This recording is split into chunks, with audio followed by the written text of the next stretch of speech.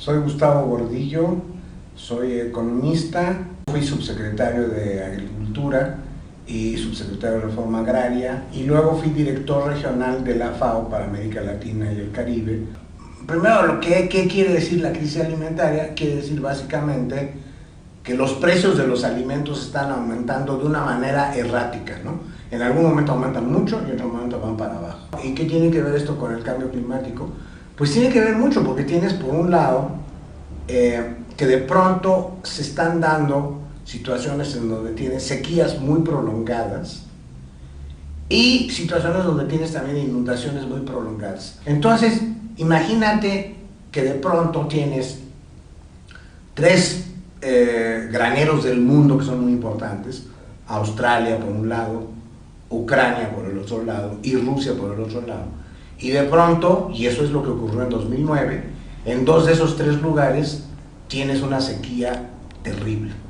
Entonces, si eso se cae, pues ahí va a tener un efecto muy grande en el precio, en ese caso de trigo. En otros países tienes una situación de inundaciones enormes y entonces se te cae la producción de arroz, por ejemplo, ¿no? Y eso también tiene un efecto enorme. Ahora, las cosas se complican más cuando introduces otros factores. Por ejemplo, uno muy conocido es biocombustibles. Entonces tú, en algunos países como Estados Unidos o Europa, tú estás utilizando alimentos, en un caso es maíz, en otro caso es remolacha, que estás utilizándolos como posibilidad de producir biocombustibles con ellos.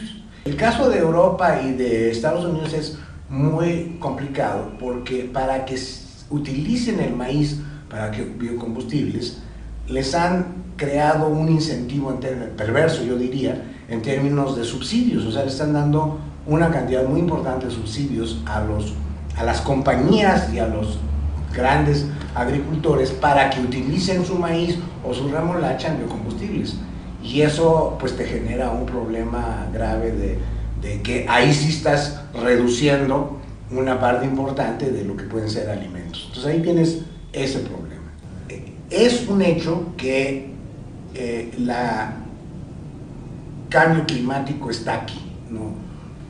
Ojalá podamos hacer miles de cosas que han estado proponiendo los especialistas y las comisiones que han analizado todo esto, como para reducir el impacto.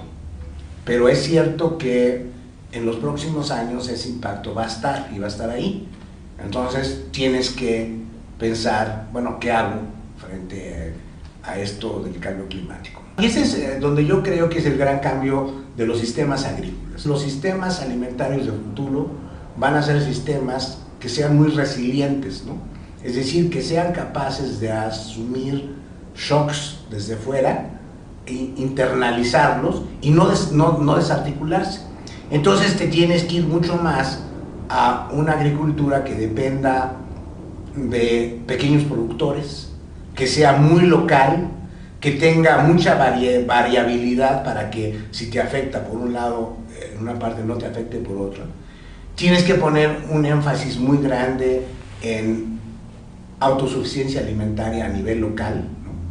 Porque ahí es donde tenemos que resolver el problema del hambre en los ámbitos locales.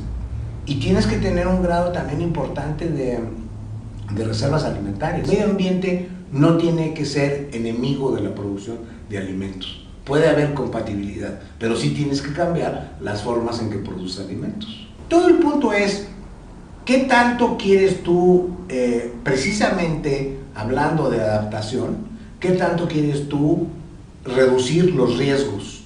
Y tú reduces los riesgos estableciendo circuitos locales de producción de alimentos, en donde incluyes evidentemente lo rural y lo urbano. La primera vez que lo dices, todo el mundo te dice eso es una utopía.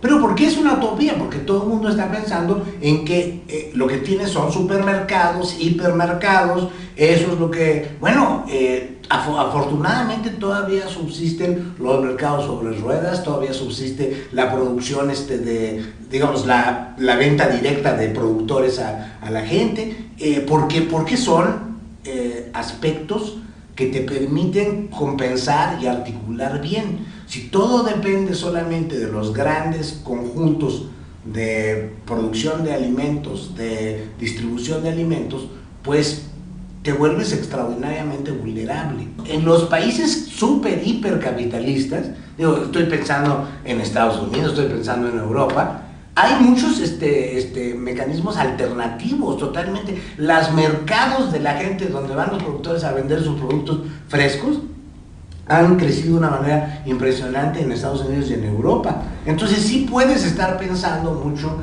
en ese tipo de circuitos. Hay también mucha gente dice, no, pero la agricultura urbana, esto de sembrar hortalizas o lo que sea en los techos o cosas así por el estilo, es una cosa ridícula. No es ridícula, siempre y cuando estés pensando, es decir, que no vas a resolver todos los problemas con eso, evidentemente, pero que lo que tú quieres crear es colchones amortiguadores.